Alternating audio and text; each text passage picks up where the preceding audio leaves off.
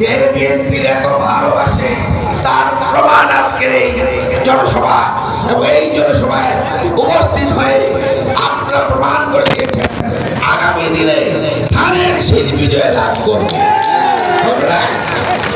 আমরা জাতীয় দল বিএনপি করি, আমাদের নেতা মরহুম শহীদ প্রেসিডেন্ট জিয়াউর রহমান।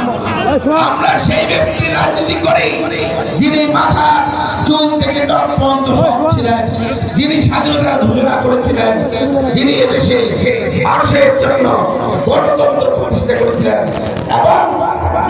এবং এদেশের সর্বসাধারণের জন্য আমাদের একটি রাষ্ট্র করেছিলেন না। আজকে প্রশ্ন হচ্ছে আমার ওই ৭১-এর ঘাতকরা, যারা ৭১-এর স্বাধীনতাকে যারা বিরোধিতা করেছিল, সেই সব ঘাতকরা আবার রাস্তায় নেমেছে, আবার তার প্রশ্ন বলতেছে ৫৪ বছর পর আমরা প্রতিশোধ দিব। প্রতিশোধ দিবা, দেখে যাও হাজার লোক একা প্রতিশোধ দেয়। সাবধান, কোনো কথা বলবেন না।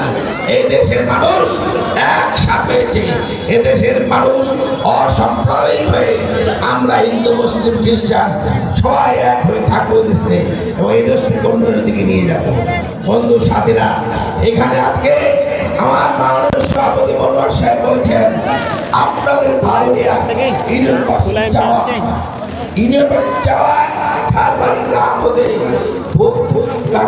গ্রাম পথ রাস্তাটি পাকা করার এবং নতুন উপরে একটি ব্রিজ, পাঠানপাড়া গ্রাম হতে মতি বাজার পথ রাস্তাটি পাকা করার, টেঙ্গিয়া সমাজের ব্রিজ হতে ঝালবাড়ি মোট পথ রাস্তাটি পাকা করার, ভাদুরিয়া বাজারের সীমান্তবর্তী এলাকায় একটি করিডোর স্থাপন করা, অত্র এলাকার প্রতিটি স্কুলে বিল্ডিং সংস্কার করা এবং